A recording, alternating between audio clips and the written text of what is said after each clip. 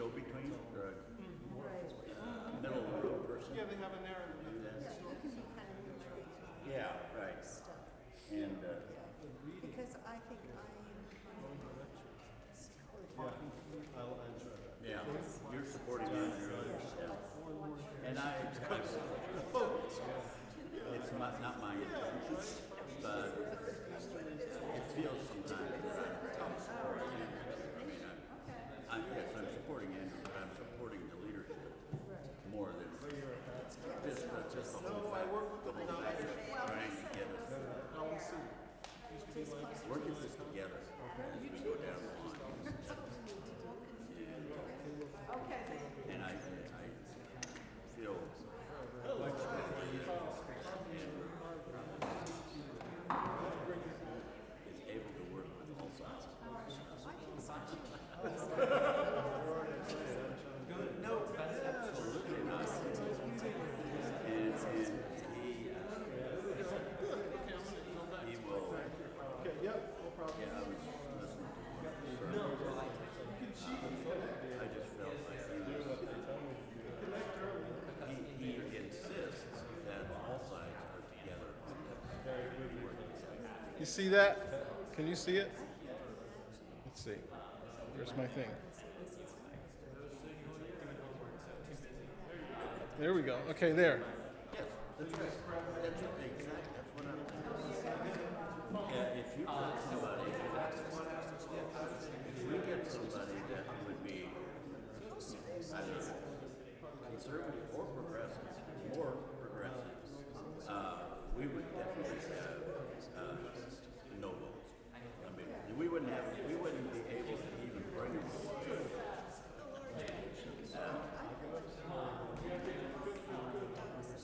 I think, and that's what I feel.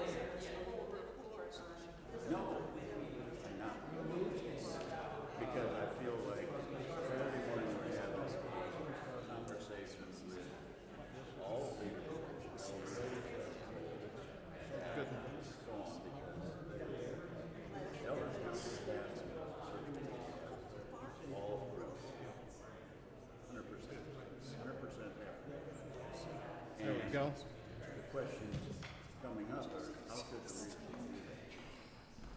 And so this is the time for talking between leadership and then Sunday morning meetings, and then have a Q&A after lunch.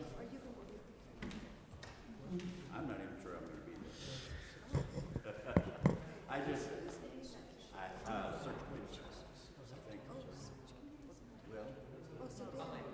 He might, yeah, Daniel, probably. But, so, search committee. Good evening, everyone. Welcome to all of you here in person, those of us joining via live stream, those of us watching a recording later on. Really delighted to have Karl McKinney with us this evening, and I will introduce him in a minute. But before we do that, want to first of all welcome you all and thank you for coming out.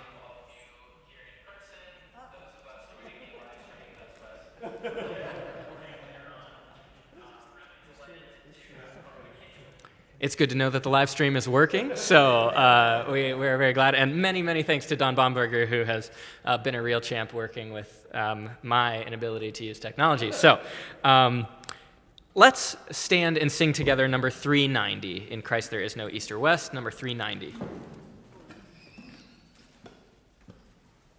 And I should have had my pitch pipe ready to go.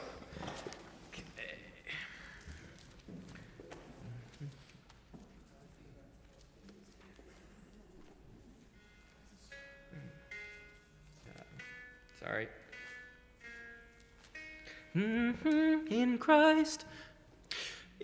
Christ there is no east or west, in him no south or north, but one great fellowship of love throughout the whole wide earth. In Christ shall true hearts everywhere their high communion find. His service is the golden cord, close binding humankind. Join hands then, people of the faith, whate'er your race may be. All children of the living God are surely kin to me. In Christ now meet both east and west, in him meet south and north. All Christly souls are joined as one throughout the whole wide earth. Thank you very much. Please have a seat. So we in VMR at Virginia Conference are very excited to welcome Karl.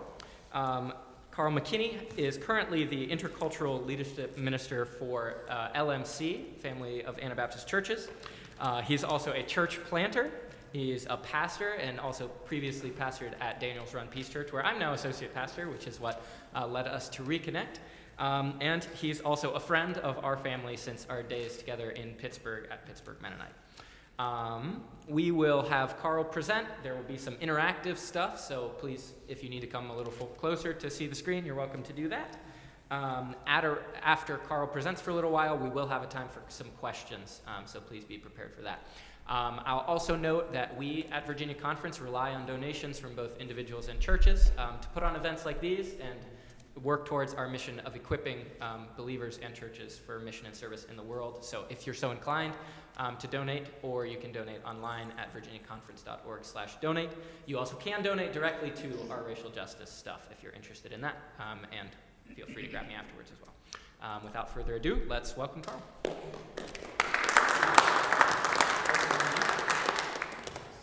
so you have your devices, right? You have your devices.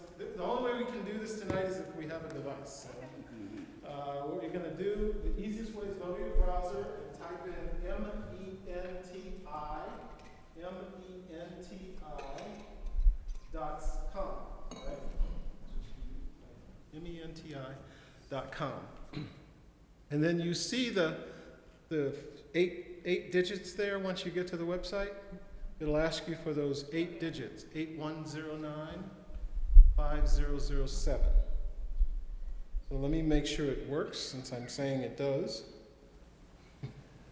And we'll get started. Okay.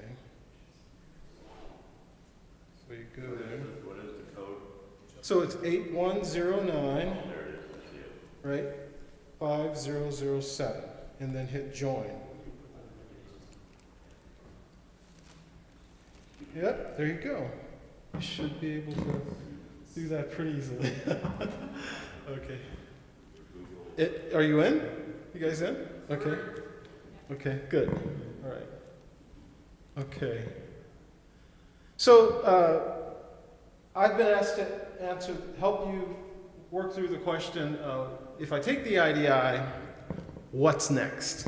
And I'm going to, at the end of this presentation, share a little bit about something that we do, that we're working at doing in LMC. There are over 400 leaders in LMC, credentialed, and about 129, now 130, have taken the IDI. And so I'm going to work you through this presentation. The way it's going to work is, you're going to be, in most of the slides, you're going to be asked some questions. So pay attention to your screen, keep your screen active as I move through the presentation, because you're going to have an opportunity to answer some questions. So some of this I can't really see. That's just about me. That's not really important. The first thing I'd like you to do on your screen is type your first name, hyphen your favorite food, and then hyphen your city of residence. This kind of gets you used to using the app. Okay. Can you type? What was that code again? Oh, it's right there on the screen at the top. What does it say? 81095007?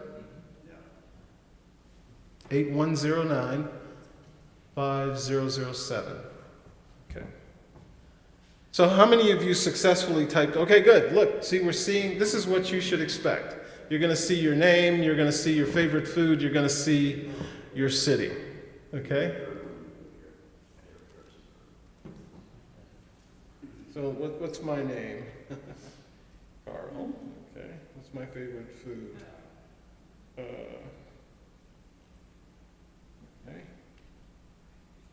And okay.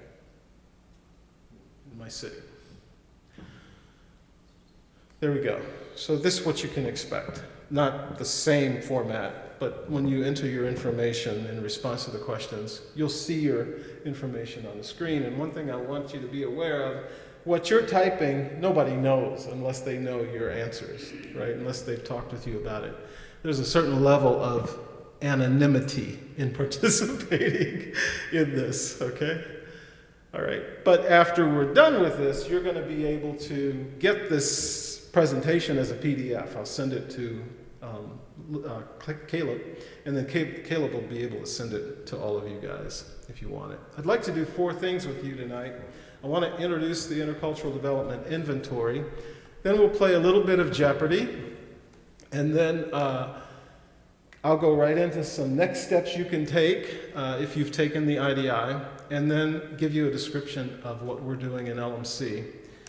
And then, of course, you can ask some questions at that time. So we're going to start with you. So on your screen, you should see this question, and you're just going to answer this question. Have you ever completed an Intercultural Development Inventory, an IDI?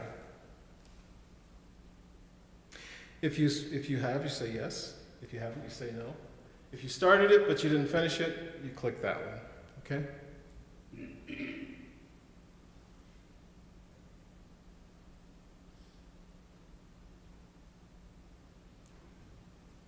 Okay. So am I reading it correct? How many of you who are not using a phone have not taken the IDI? Okay. All right. Okay. Well, let's keep going. For those of you who have taken the IDI, at the time you took it, was something happening that made it impossible or hard for you to focus and complete the IDI? So people have a lot of different experiences in life.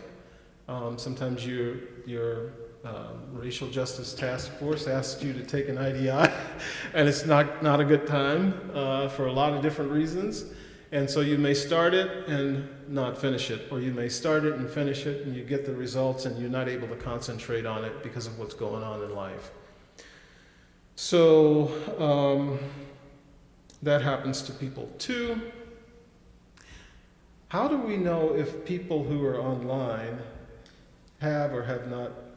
I saw a few folks online. Okay, because I'm seeing some. Responded on the first slide, so. Good, okay. Yeah. All right, good. So I'm not seeing a lot of activity. Okay, let's stay here. Have you ever completed an IDI and received a debrief? So in this question, you would know what a debrief is because Caleb may have contacted you and said, I want to talk to you about your profile. And if you don't know what that is, you basically say no, because you probably haven't received a debrief. Okay? Okay. Moving a little fast. Okay, so here is something called an Intercultural Development Continuum. Does this look familiar to you? Just raise your hand. Okay, good. All right, so the IDI is basically a device or a tool that helps us to relate how it is, or share how it is we relate to the cultural differences and cultural commonalities between ourselves and other people. And so using an algorithm, basically, they want to tap into your subconscious mind about how you think you relate to the cultural differences and cultural commonalities between you and other people. They also want you to report how you tend to behave and relate to those cultural differences and those cultural commonalities in some specific situations that they ask you questions about. So they ask you 50 questions and basically try to get you to share what's in your thinking about how you think you relate to cultural differences and commonalities. And they try to get you to share how you think you actually connect and relate to those differences and commonalities. So people, they rank themselves and they project the way they think they're connecting with differences and commonalities on this continuum. So you can see denial. There's a monocultural mindset on one end, beginning with denial, and there's an intercultural mindset on the other end, ending with adaptation. So it has to do with projecting how you think you relate to those differences from a monocultural perspective, right? You deny differences. Perhaps you deny that there are differences between us. And so you don't pay attention to those. You just may not actually see differences, right? All the way to I adapt. The fact of the matter is that between denial and adaptation, people tend to minimize the most. We tend to cluster around minimizing the differences between us and other people more than anything else along the continuum. That comes up. My computer keeps going to sleep, so I'm just waking it up. That's all. Sorry about that. That keeps coming up, comes up in all kinds of relationships that we actually have. We can minimize the differences from the day we actually get married, for example, or date someone. You might see somebody who's incredibly handsome to you or beautiful to you, and you're attracted to this woman or this man, and you see that, what you're attracted to. Maybe you guys don't know what I'm talking about. Maybe I'm just telling my own story. You see what you're attracted to, right? And overlook a lot of other things until you get married, right? Then you start to what? See more. You start to pay attention more. Maybe that's just been my experience. That's not been anybody else's experience.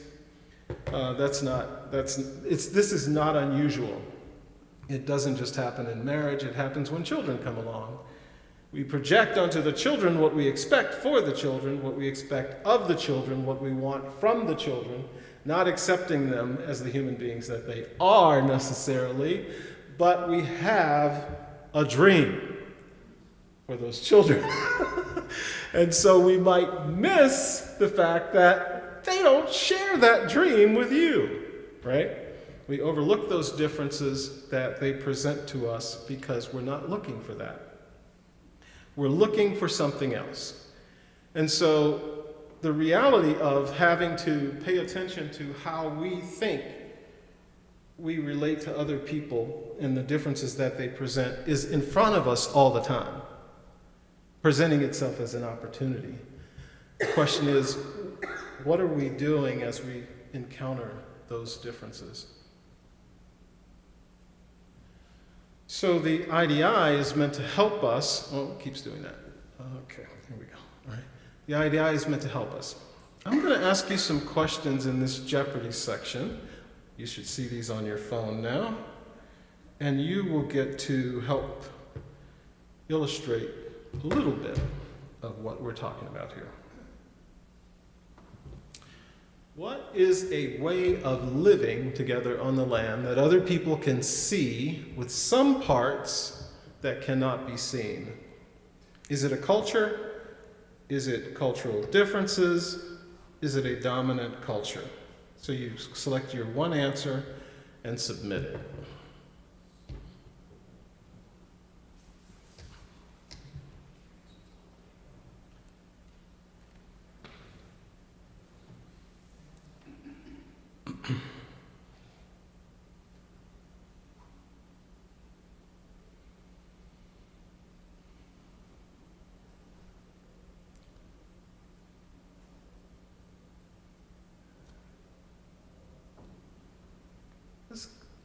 Let's go back to my first illustration, which was marriage.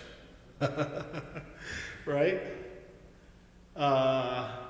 We're with the person that you were attracted to. And so you go out on a date with that person, and you can see some things right in your face, especially when you sit down and you start eating, you start talking, you're dialoguing, you're enjoying each other's company.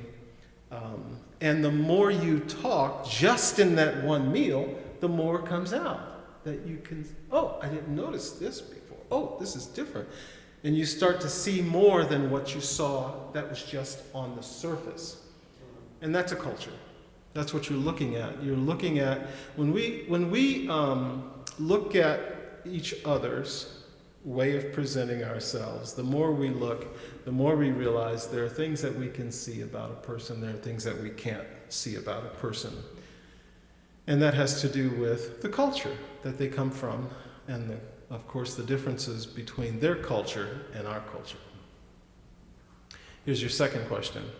What is the visible and unseen differences between two cultures in how their people live together on the land?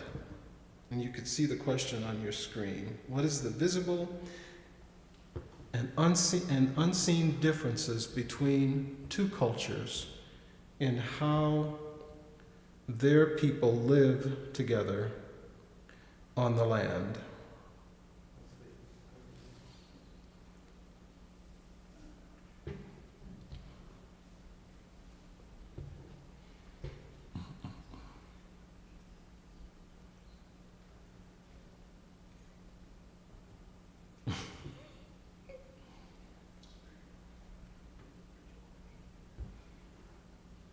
So you have three options there, right, on your screen?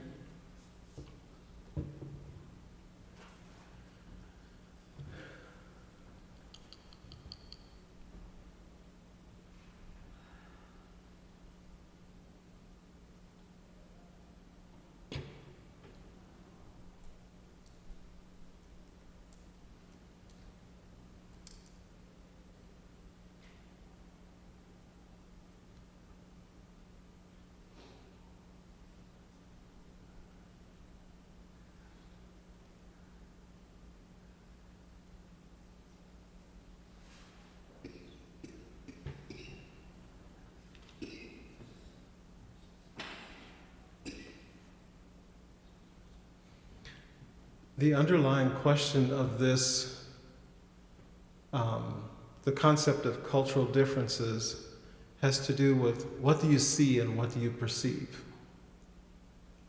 What do you see and what do you perceive? What do you discern in terms of differences? Are you perceiving or are you pushing, blocking, pushing away, preventing seeing? Sometimes we don't, our mindset leads us in terms of how we're going to respond to the cultural differences that are right there, and the cultural differences that are not necessarily easy to perceive. So the work, for example, in communication with each other, the work of understanding what are the needs two people are expressing when they have a conflict between them, the work in a conflict between people from two different cultural perspectives is extra difficult because you have to want to know what is the need this person is expressing to me, and how do I communicate the need I have to this person who's different from me? It's work. It's easy to see some cultural differences. It's hard to see other cultural differences. It takes work.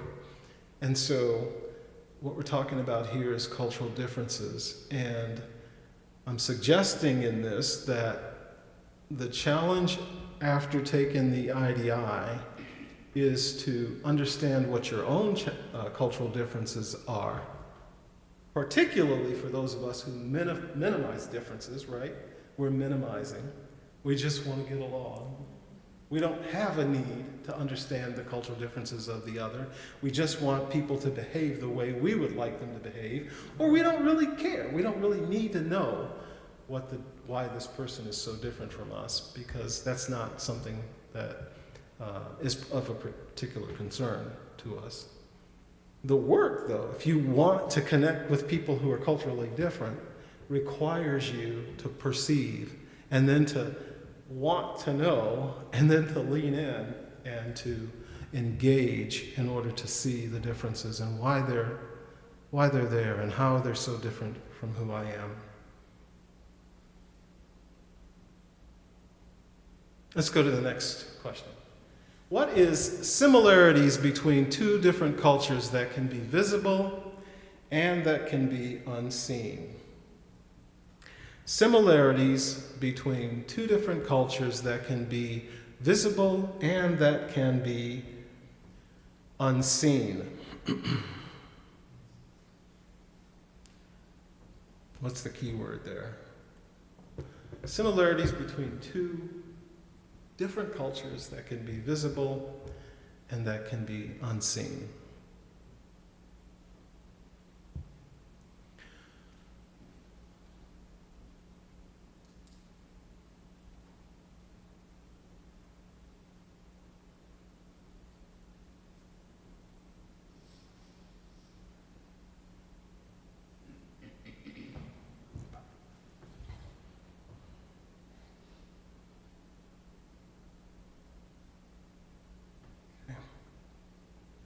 What is the cultural group with power and control of the values and the practices of the group, organization, society, or nation? Doesn't matter. What is the cultural group with power and control of the values and the practices of the group, organization, society, or nation? Okay.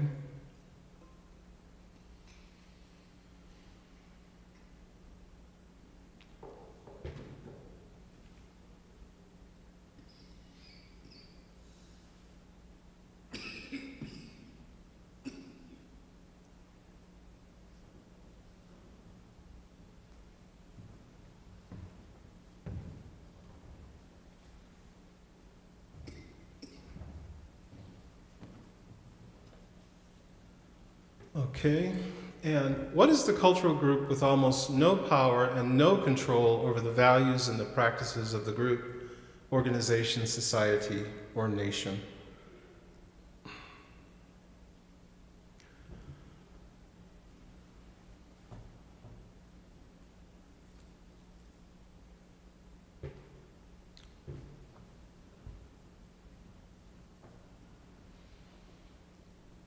Okay.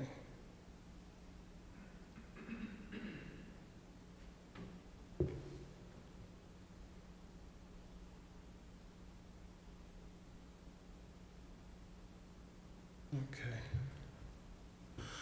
All right. So I go through some of these Jeopardy type questions because of the reality that a lot of times when in my experience, people go through the IDI and miss some of the most basic information. That's because that's the way surveys are. We start surveys or profiles with a level of suspicion, a level of distrust. I think that's good, right? There's some health to that. When I first took the IDI, I'll tell you a little bit of background about me. I grew up pretty much multicultural all my life. When I was about 9 years old, so that would have been 1970, 71, parents moved from Inglewood in Chicago on the far south side, which is an all African-American black community, moved us into further south on the south side into a neighborhood called West Pullman, named after the historic Pullman rail company. And when we moved in, the community was very mixing. It was definitely mixing, changing, for a lot of different factors that are endemic to large cities that I won't go through here. By the time I graduated from high school,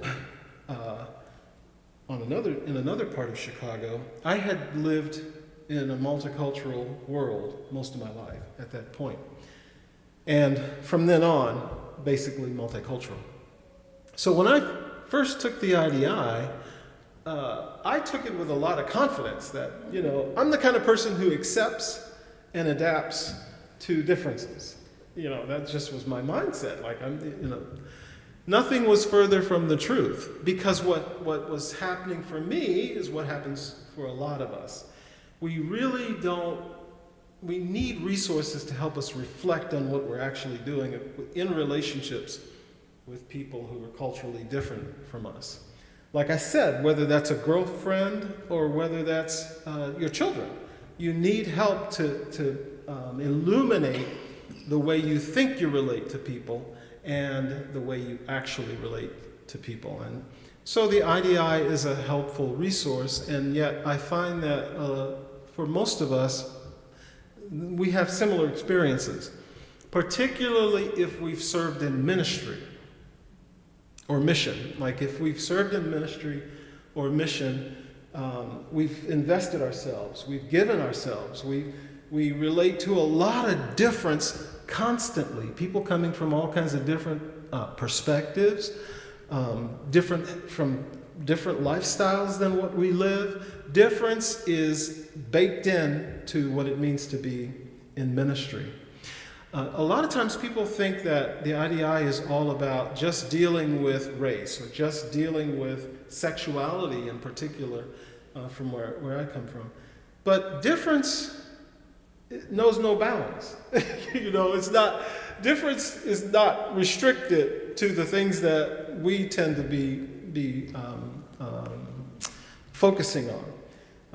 You'll notice that in the Jeopardy questions, one of the questions had to do, well, what's the dominant culture and what's the non-dominant culture? Where the major construct in the world is male-female. Who's dominant and who's non-dominant? Okay? So if you're not paying attention to that, you may be missing probably the greatest difference that we actually still struggle with in so many different ways. But if you start paying attention to how difference is all around you, then you will begin to be able to notice how you actually relate. Think about those differences when you're sitting in a room with two men and two women trying to do anything. I don't care what it is. I'm reading At the Dark End of the Street by a historian who talks about the pivotal role that women played in starting the Montgomery Improvement Association in Montgomery, Alabama. But when you read history books, you won't see much of that story really played out in any detail whatsoever.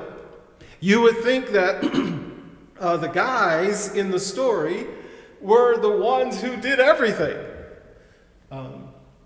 never really getting to the facts of what actually happened that were the Montgomery Improvement Association was, before it was ever named, was envisioned by women who were tired of the experience of women being assaulted on the buses of Montgomery, Alabama by bus drivers and police officers. Fundamental to understanding the civil rights movement in the modern era is understanding the role of women. But difference is so powerful in every culture, in every cultural group, that sometimes we push down the true histories. And that in and of itself is an act of not appreciating the way we relate to differences. So this is important. The IDI is not a Christian tool. It's not a tool of people who are anti-racist particularly. It's not a tool of anti-oppression particularly. It's particularly a tool for individuals who are wanting to learn how they relate to the differences between themselves and other people and the commonalities between themselves and other people. That's what it is. So I threw my first IDI results in the trash because obviously it didn't know me. It didn't understand how I'd grown up and how I'd lived my life and, what I was doing at that moment when I took the IDI. My whole life is multicultural. But I didn't understand that, first of all, I'm reporting on myself. Second of all, the tool is basically reflecting, in other words, the way I think and the way I would tend to respond in some tightly narrated circumstances from which they try to help me see, hey, this is how you're relating to cultural differences and cultural commonalities. All right, so as we go into this next part, my point for you has to do with the importance of wanting to know, as an individual, how do I relate to cultural differences and commonalities? Purely and simply. Yeah, you've been a minister for a while. Yeah, you've done whatever you've done. Yeah, you're on the non-dominant side of the relationships in a dominant, where someone else is dominant. Yeah, you're on the dominant side in a situation where someone else is non-dominant. The critical issue is you wanting to know, how do I relate to the differences and commonalities between me and other people? So I start here. Are you interested in retaking or taking the IDI?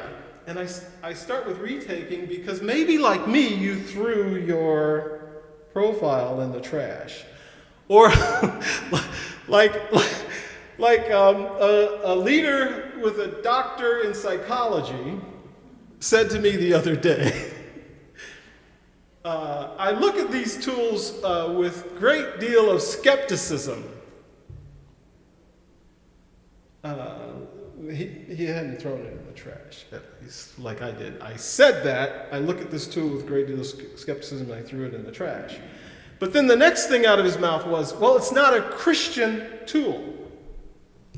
And one of the things about the IDI, of course, is it's not a Christian tool. It's not trying to promote a religious perspective, a nationalist perspective, any perspective. That's not what it's doing. It's trying to help you as an individual explore the way you relate to cultural differences and commonalities. This might be the starting point for you, is to say, okay, I'm going to lean into this a little bit more. I'm going to redo this and take myself seriously and think about it. When I retook my IDI, it was because I took the results that I had thrown in the trash so seriously, I started sitting around the table with my sweetheart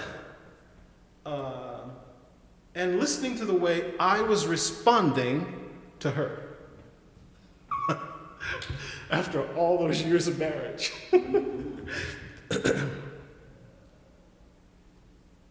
You know, we make a lot of, I'm going to say we make, because I don't want to say I make, a lot of mistakes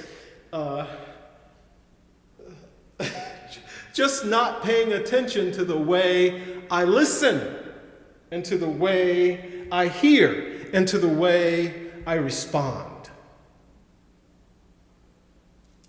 So when I got it out of, well, it wasn't, the hard copy was in the trash, but Jesus had sent me an electronic copy, so I could recover it. So I looked back at it, and of course, you know, I was that profile was just bugging me so much. And it was the beginning of tapping into ways of repressing, ways of getting things that made me anxious, things that made me defensive, things I hadn't even been paying attention to. I just, when anxiety would rise, I would just react, like to try to, right? Or when fears would arise, I would just react. Or defense strategies of denying, minimizing, whatever they were, I would just react to shut them off and move on to the next thing. Maybe some of that has happened for you. Maybe you do need to lean in and retake the IDI. You can contact Caleb about that. After your debrief, here's the second thing you can do. Some people take the IDI, they may participate in something called a group debrief, or they may actually have somebody spend an hour and a half or 2 hours with them going over the 9-page document, okay? Once you have that debrief, either one, the next step really is to work through a 4-section individual intercultural development plan. So the question is, did you do that? And that's your choice. If you got to the point where you took the profile on 9 pages and threw it in the trash because you said it didn't know me, then you probably didn't work on an intercultural development plan. The intercultural development plan has value for you if you're leaning in. So if you did complete one, you might want to go back to that. If you didn't complete one, I would suggest taking the IDI over again, getting a debrief, and then planning in your mind, I'm going to answer these questions in this very long 18-page document. and let it help me dig into how I relate to the cultural differences between myself and other people. If you did your IDI, I want you to share, if you'd like to share, at least one objective you've been pursuing since you completed it. And this, I'll give you a few seconds, 30 seconds to do this. Just one thing you're working on.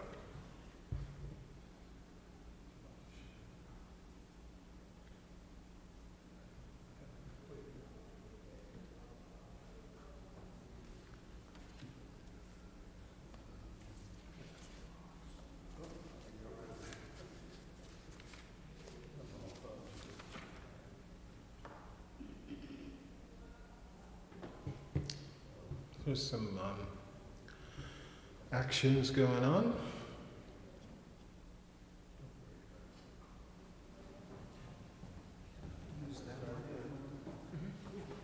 Next part.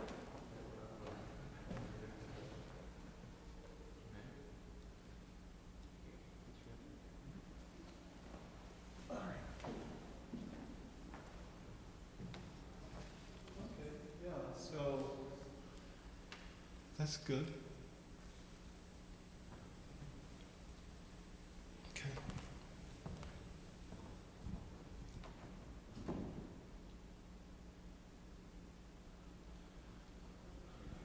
So since you completed your IDP, if you did that, Describe one objective you've been working on. That means you got through all 4 sections of the IDP and you finished it. And so you didn't just do the IDI and have it brief and not do an IDP, but you did an IDP. I mean, it's a long, it asks you a lot of good questions. So if you work through that, what's an objective that you're working on since you did your intercultural development plan?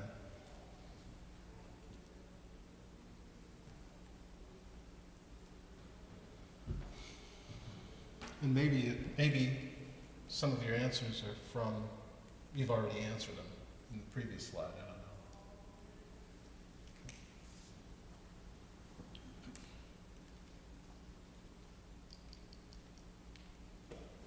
So I had a fight with my wife. We don't fist fight. We don't throw things or anything like that. Our oldest daughter and 2 of her 2 children, they live with us. And so 2 Sundays, last Sunday. No, 2 Sundays ago. Whenever it was really recent. And it was a Sunday. I made oatmeal. I love oatmeal. And so I made a big pot. And, I don't tell them when to eat. Their mother tells them when to eat. I'm just feeding them. So they didn't want the oatmeal. So they ate tricks. Okay. So grandmother, my wife, Mimi, finds out they just ate tricks. And it's time to go to worship. And she knows how they behave when they've had more sugar and no protein. So she says, you're going to stand here in this kitchen. Well, first go on the porch and put your shoes on. They go on the porch, put their shoes on. They come back in. And I can hear her. I'm upstairs. I can hear her. And she's saying, you're going to stand here in this kitchen and eat 4 spoons of oatmeal each. I'm not taking you to church until you've had some oatmeal, because every time we go to church, and she's getting redder, and she's white. She's getting redder and redder. The more she talks to him. Every time we take you to church, and you haven't eaten enough, you want to go back into the kitchen and get food. We don't go to church to get, and she's getting redder and redder. We don't go to church. And then I come in and I say, okay, that's fine. Eat it out on the porch, because I don't want you walking through the house with your shoes on. And she turns to me, and she lays into me, like, powerfully. I won't tell you what she said, because this story is about me, what I did. Mostly. And so she goes on and on and on and on and on with what she said that I'm not going to tell you. And everybody's hearing it, and I turn away from her, and I wash my coffee cup in the sink, and I turned and looked at her, and I said, okay, Kelly, let's go to worship. Because they've eaten 8 spoons of oatmeal by that time. They're fascinated with Mimi and Papa fighting. All right, so we both have to drive separately, because when worship is over, I have to go in one direction, and she has to go in another. I'm driving to the worship, and I just felt so clear. I need to talk to her and find out what made her so upset before I can sing. Like, I can't go sing to God. When I'm having anxiety attack. I'm upset. Okay, frankly, because I don't know where that came from. So I get to worship, and she's in the back, and I say, let's talk. And so we go outside and we're talking. I said, I don't know, what that was all about. And then I repeated what she said that I did and apologized for it. I said, but I'm sorry that happened. And I'm sorry that I did that. I hope you'll forgive me, because I wasn't trying to, I was just trying to keep my floor clean. I clean the kitchen. I empty the dishwasher. I fill the dishwasher. I mop the floor. The kitchen is that's my place. Okay? That's my job. And so I'm very picky about it. I go sit down, and that's when I find out it's Communion Sunday, which was hilarious. It's like, I didn't even know. I'm not the pastor there, you know. I'm not responsible for all that. So, and I tell that story just related to the whole reality of, okay, in the past I would have just try to ignore it and go on, you know. There's something about getting older together that we tend to absorb more and like we don't treat each other with that carefulness and really lean in. Okay, what's going on? Because I can see as we get older, things hurt and hit us harder than sometimes we acknowledge. We're in a different phase now, you know, and so we have to be really careful not to ignore. So the IDP type work, the stuff of noticing what's going on inside of you and how you're relating to differences, is important work. So I want to talk to you for a minute about the value. I've just encouraged you to take your IDI again. I've just encouraged you to get a debrief this time and then work on your IDP. Those are some next steps, just depending on, I don't know what that is, just depending on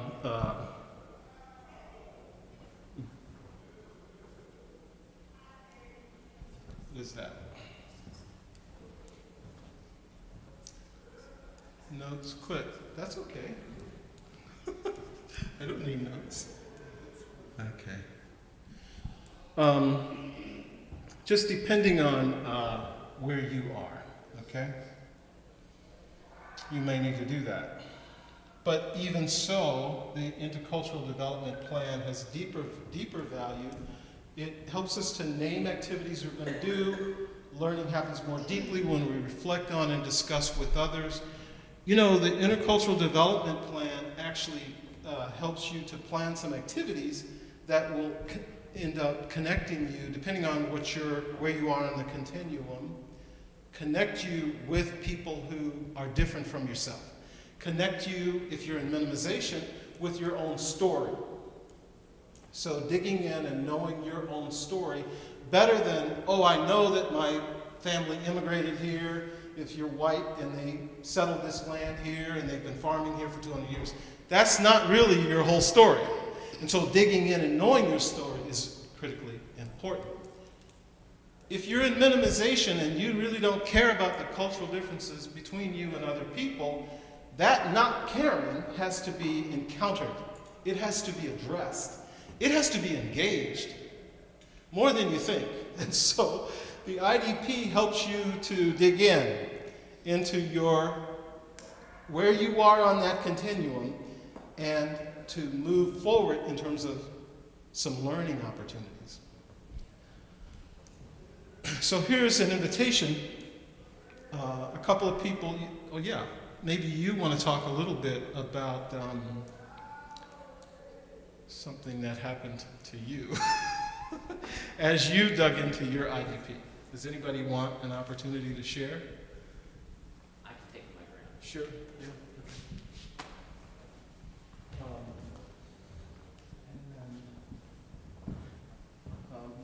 The other part of the IDP, while you think about this, another part of the IDP that I want to share that it does for you is it actually invites you to increase the amount of time that you are actually learning in the course of a week, not necessarily in adding more books, documentaries, or adding more work. Most of the learning has to do with what you're doing in the context of relationships you already have. So you have a job, you have a family, you have school, you have volunteer opportunities, you have neighbors all around you. So the question is, in those contacts and in those relationships that you have, if you go to the gym, whatever you're doing, how are you engaging the differences between you and the people all around you? Even in segregation, which is the way we live, there's more difference around us than we often acknowledge, right? So the more you lean into your IDP and increase the amount of time that you're paying attention to how you're engaging differences, the more you're going to move along that continuum between denial and adaptation. So does anybody want to share anything out of your experience of working on your IDP?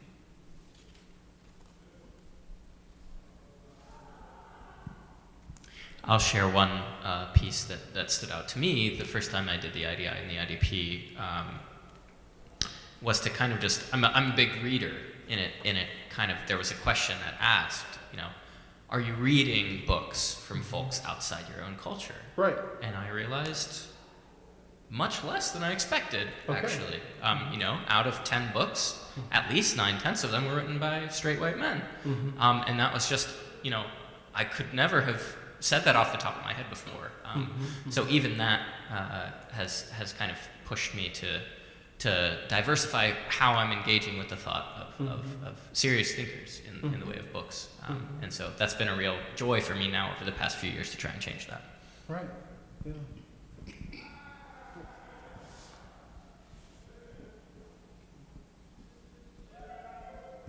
Okay.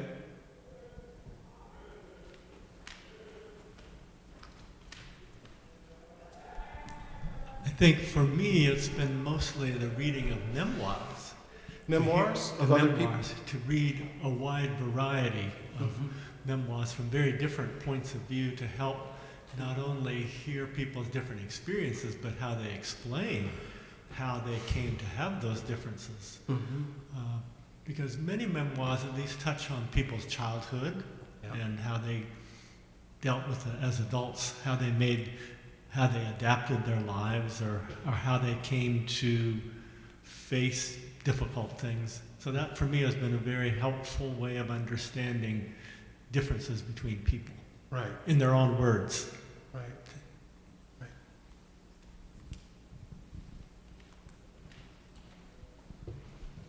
Well, my wife and I have been doing some traveling. She retired in June, and we got to visit Civil Rights Museum in Memphis, Yeah. Tennessee, Yeah. and tried to, as the towns that we would go through, we would look for either museums or go to the visitor center and see if we could find out some history, local history of racial, how things were. Also, occasionally we will go to state parks, and it's interesting when we went to one state park here in Virginia, which had a house there that you could tour. The guide really downplayed slavery. I mean, it was it was there, but it was okay. I mean, but the national parks, there are excellent exhibits and things like that I think tell the true story, give a more accurate picture of what life was like. Okay. For the sake of time,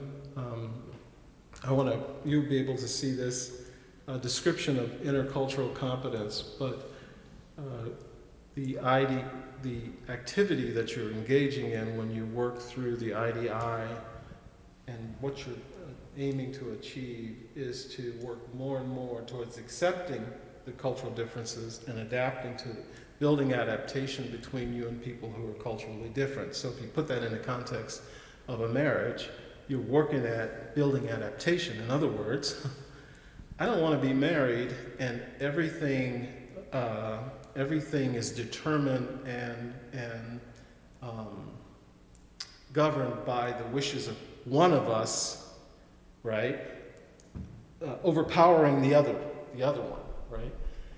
What we really want is we want to build adaptation. And I look at this from a biblical perspective of Jesus, God drawing all these people to Jesus, and then Jesus turning to them and saying, here's what I want you to do. Like turning to each one individually and saying, I want you to love that one the way I love you. Because that's in fact what he said. So adaptation would be me taking my orders from Jesus in terms of the way I relate to the other person. It makes it extremely personal and extremely structural all at the same time. I don't know how God does that, but that's the way God works, right? It's extremely personal and it's extremely structural. The challenge always is the reference point for me is Christ. That's the reference point. And how I relate to the other person.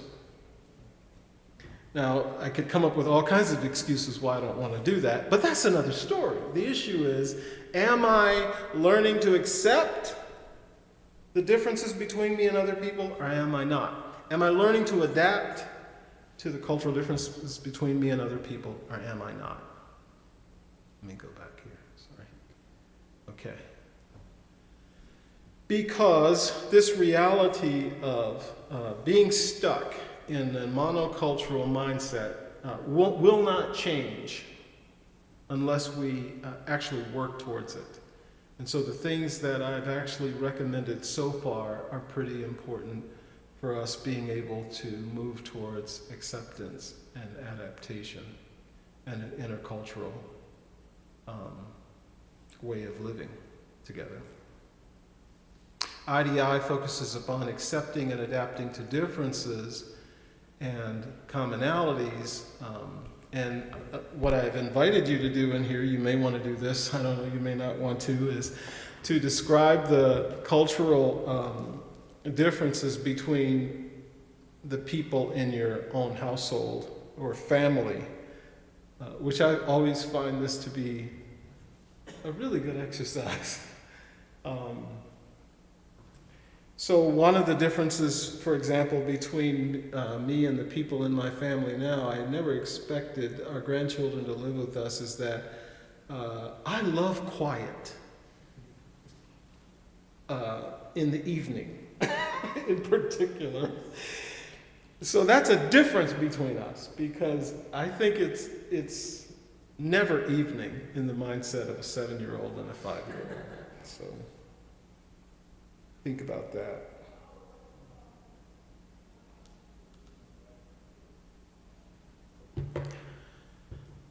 Reflect on the differences and commonalities in your household, just in your home. This is the ground. This is where most of the action happens, most of the time for most of us. It can be so determinative of how we function in the rest of the world outside, how we relate to the differences between us and people in our own home. Most of us as ministers and servants in any way, when we look back on our lives, we often wish that we had related to the people closest to us much better, I'll say, right? And much of that has to do with acceptance and adaptation. It really does. So, describe the cultural differences between the people in your church and neighborhood. Now, this is not something you need to do now, but this is something you need to do. This is a challenge, right? This is a relational challenge for us. How do we relate to those cultural differences between us and people in our congregations and in our neighborhood? How do we relate to the cultural differences between the people where you serve or work? Because not just churches, but where you serve or where you work. Accepting and adapting to those differences and commonalities.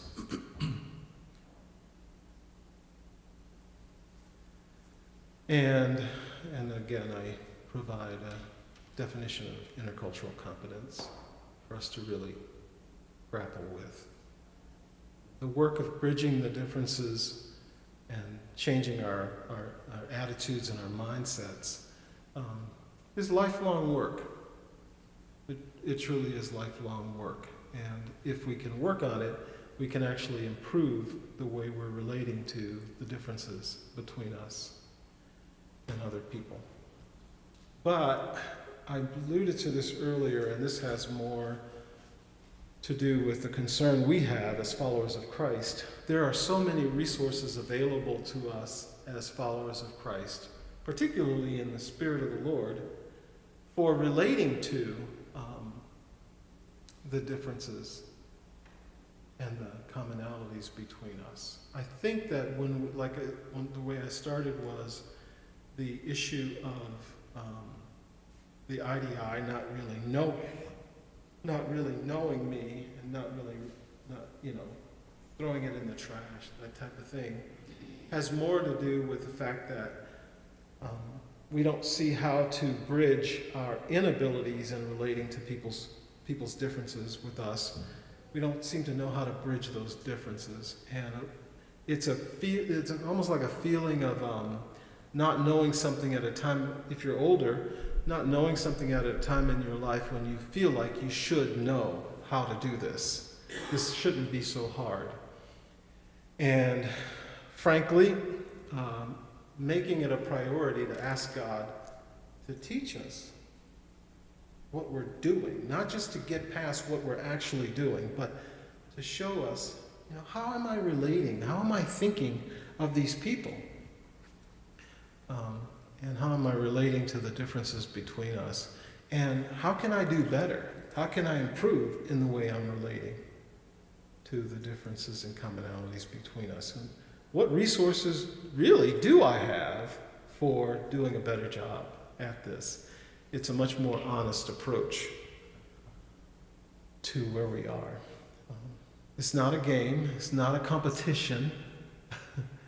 It has to do with real, genuine relationships between us and other people. So I give that as an assignment. And I don't really have a whole lot of time to go into this right now, but if you're at the seminary on Tuesday, you'll hear me talk about this a little bit more. So I should stop. Let's give Karl a round of applause here. And yeah, Karl will be doing Seminary Chapel, which is at 11 a.m. on Tuesday. But we can take a few minutes for question and discussion yet. So I see Harvey has a question. Okay. I've been thinking about the implications of what you've been saying regarding relationships in the church and between churches.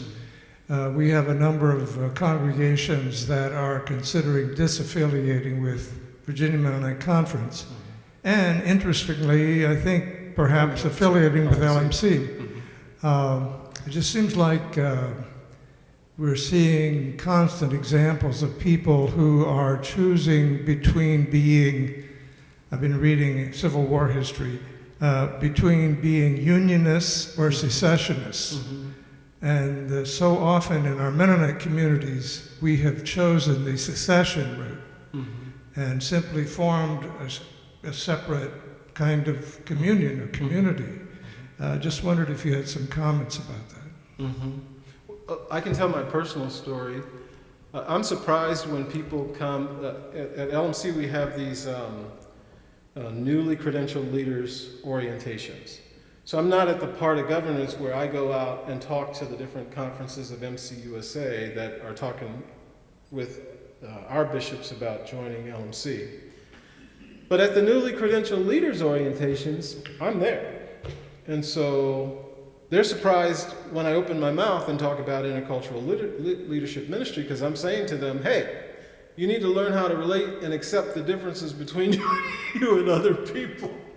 And so if you've come that far where you're thinking about leaving the people you're with because the grass is greener in LMC, well, we're talking about this issue as well. We're dealing with this stuff too. And I think that's challenging for some folks thinking of leaving MCUSA. And I do it from a perspective personally where I never disaffiliated from MCUSA. My whole view was, no, I don't think we should be leaving MCUSA. Geographically, we're still around all the churches that were part of MCUSA and these other conferences. There's got to be more resources available to us than we're actually accessing. That's how I feel. And I don't think that constantly choosing to secede is the answer. I just don't believe that. And so I don't always know the answer to the conundrums and the challenging questions that we're facing. But I do believe God is the one who's drawing people to Jesus. Fundamentally, I don't have any control over that. I'm hopeful that he's drawing all the people I don't like as much as he's drawing the people that I do like. That's how I feel about it. It's not mine to control. And so we do have these kind of iron sharpening iron conversations in LMC, because I'm not going to stop saying those kinds of things. And people, God keeps drawing people to Jesus. And I'm grateful for that. So that's some of what I think. Yeah. Other questions, comments?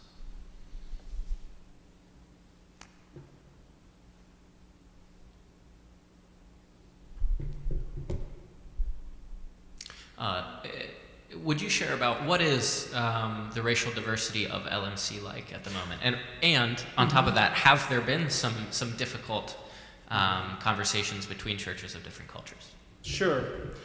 So LMC is facing that same statistical demographic shift that the nation's facing. We have like somewhere around 48% white and then everything else. In terms of, we used to collect those statistics much more regularly and be, processing them than we have in the last couple of years. So that's the last numbers or information that I know. We have about 14 or 15 language groups from that information 2 years ago. Our fastest growing sectors are Spanish speaking. So the Shalom Council got the largest body of congregations as a district. Garifuna would be next. Spanish-speaking Black, Spanish-speaking people. But they're both segregated and equally segregated from the white part of LMC. In terms of controlling what they actually do, they really don't partner in terms of that type of thing. So it's a divided, segregated reality that shapes LMC as much as any other denomination, as far as I can describe, as well as I can describe it. And what was the second part of your question? Would there be examples of where cultural difference was, something that you helped navigate, or how has that played out in LMC? Yeah, so that is a conversation that's hard for LMC to have, right? How do we navigate cultural differences? I think that's the fairest way to say it. And so when we before we started the Intercultural Leadership Ministry, the Conference Executive Council under Keith Weaver's leadership pulled together a bunch of African American Black leaders because George Floyd had been killed. We made some recommendations for this conversation to be able to happen in a structured, systemic way instead of happening out amongst the people, but not being something that the governance was actually facilitating. And so the governance made it possible for us to have the conversation, but sometimes you marry a person and you realize, I don't know that I should have done that, and that's been part of the challenge, because the conversation you need some skills in order to really have the conversation, and that's part of what Intercultural Leadership Ministry is all about. And I think to some extent we've actually been able to demonstrate the reality that we do need to be learning together how to have these conversations. Twin Win and I are working on a couple things, like having Bible study for bishops who are scared, how their districts might respond to this type of difficult conversation. We start that on Tuesday, as a matter of fact. We have a cohort starting on Tuesday. We have other learning circles within the denomination that are based in the districts or based in organizations. And in those settings, people are processing their cultural differences in their organization or in their district, and finding differences that they didn't actually realize were as prominent as they actually are. That doesn't mean that they're navigating them smoothly or easily. There are no Asian communities participating, no all black groups are participating, no Spanish-speaking groups are participating, and very few all white groups are participating. So the conversation is very challenging. Yeah, thank you. That was a vulnerable question to ask. So, good answer. One final question or comment from the audience.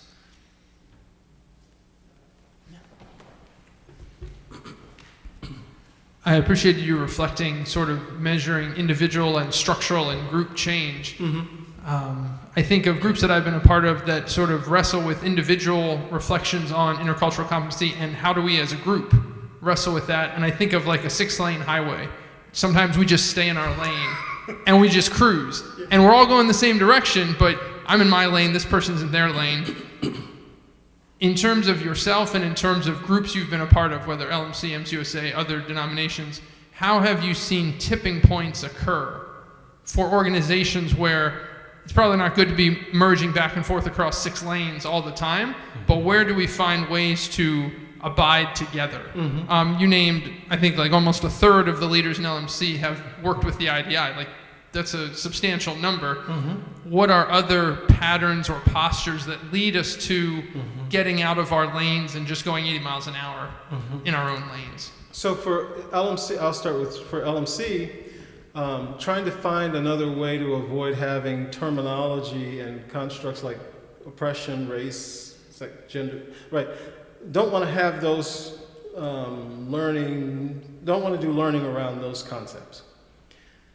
Trying to find other ways to have a conversation that are biblically based while avoiding sort of the colorblind version 2, right? Let's get away from the real conversation and let's figure. And so avoidance is huge. It's huge for a lot of denominations, though. It's not just LMC. I'm just making that point. Okay. And so where we actually do the work is when we commit to being in groups where we also learn how to hear one another's stories and use some skills that we may not actually have, but learn some skills in hearing one another without judging one another, or trying to change one another, or trying to correct one another, or trying to embellish what one another says. The experiences that I've had that are effective along those lines, it takes time to learn those disciplines through trial and error. They just do. And I'm not sure that without the individual commitment, right, to learning how I do relate to cultural differences and to being willing to learn to relate to cultural differences and commonalities, our group has had members over the last 4 years who, I'm saying the group that I'm part of that's not in LMC, who self-select themselves out because they encounter stuff about themselves that they're not really sure how to deal with or don't want to address. And skills that it takes patience to hear someone say something you don't want to hear and to not jump in and try to change them. And be committed that at the same time, we're all followers of Jesus. The second group that I'm part of is growing, actually, because the 2 pastors leading the church, they're committed to this way of being together. And so you end up with people attracted to Jesus, but actually coming in their raw humanity and feeling welcomed enough to be raw, like who they really are, in ways that are offensive to you if you've been enculturated to church, right? making those types of spaces, and those are two spaces that are successful, but it takes the followers of Christ having the willingness to make those types of spaces. Yeah. Irvin had a question. Okay. I'll let him go here. Yeah, I'm so appreciative, Karl, for your reflections here. I think what you're expressing for LMC would be largely true of many places across MCUSA and Right. Virginia Conference. Right. Well, wherever humans live. I think. Wherever we are. But I appreciate your emphasizing that this is not it wasn't built on a Christian base necessarily, but you're wanting to adapt the principles that align with our Christian faith, Right. which has to do with how we love one another. Right. basically. I think here's the hard question I think that I see makes it difficult for people to do the IDI. That there is a moral element to this. That as I understand the IDI, the further you move toward intercultural competence, the better it is. It's a moral judgment that we learn to adapt to other people. So how does that square with a country that wants very much for certain cultures to win the moral war on issues? So you're encountering something that says you cannot, you must stand and fight for your, this is true of progressives and conservatives both, you have to stand and fight for this when the IDI says you need to adapt to this. How do you deal with that difference in your work? You know, how do you do what is right? Right. So for me, as a church planter, like I think of church as all about we're witnessing to someone's incarnation. That's what we're doing. So to me, IDI actually facilitates me as an individual thinking with other individuals about how I'm actually living out my faith with them, because I can't witness without them. So if I'm not actually authentically accepting and adapting with them, then what am I doing? What is the nature of witness? And I think it's interesting to me as a church planner who studied this stuff in seminary that we actually subconsciously choose methodologies consistent, like I remember the evangelism idea of one-to-one evangelism, in other words, cultural similarity or cultural difference. We baptize that as good. That the more similar to you other cultures were, the easier it would be to make disciples. We weren't thinking about us doing witness together. We were thinking about basing our witness on a platform of racism. Racially consistent with our racial constructs, living in consistency with concepts of oppression. So to me, this question goes more to the heart of witness, right? So that's the way I think about it. And I think our witness to our neighbors who are wrestling over the material things, right? Is God delighting over one nation surviving at the expense of other nations? No, I don't think so. God's delight is in justice. And God delights in justice, and God delights in mercy, and God delights in compassion. God delights in righteousness and truth. That's what the scriptures say. God's not delighting in a nation that is trying to figure out how to survive at the expense of everybody else. There's a hint and an explicit message of judgment upon a nation that lives like that. And it's difficult for some of us to say that, but the reality is we witness in a context where God's watching what we do. And so that's the way I think about it. I think our witness is at stake, right? Just like our personal souls are at stake if we don't put this front and center in terms of the way we're living in the world. I don't think it's smart to think that the heavens and the earth that God is willing to roll up and discard, according to Hebrews chapter 1, because God loves justice and equity, which will endure, according to Hebrews 1, I don't think it's important for us to be putting the things that can't remain ahead of the things that can remain. That's what I think. And so I think straining and struggling over the way I relate to other people is front and center. Like, it's got to be front and center. That's the way I think. So, yeah. Wonderful. Thanks. Okay. Let's give Karl another round of applause. And I will just briefly close us in a word of prayer. God of grace and power, thank you for this evening of learning and seeking after you, our God of justice, God of all peoples. Guide our paths as we go from this place. Lead us to see you reflected in people different than us. All God's people said, amen. Go in peace.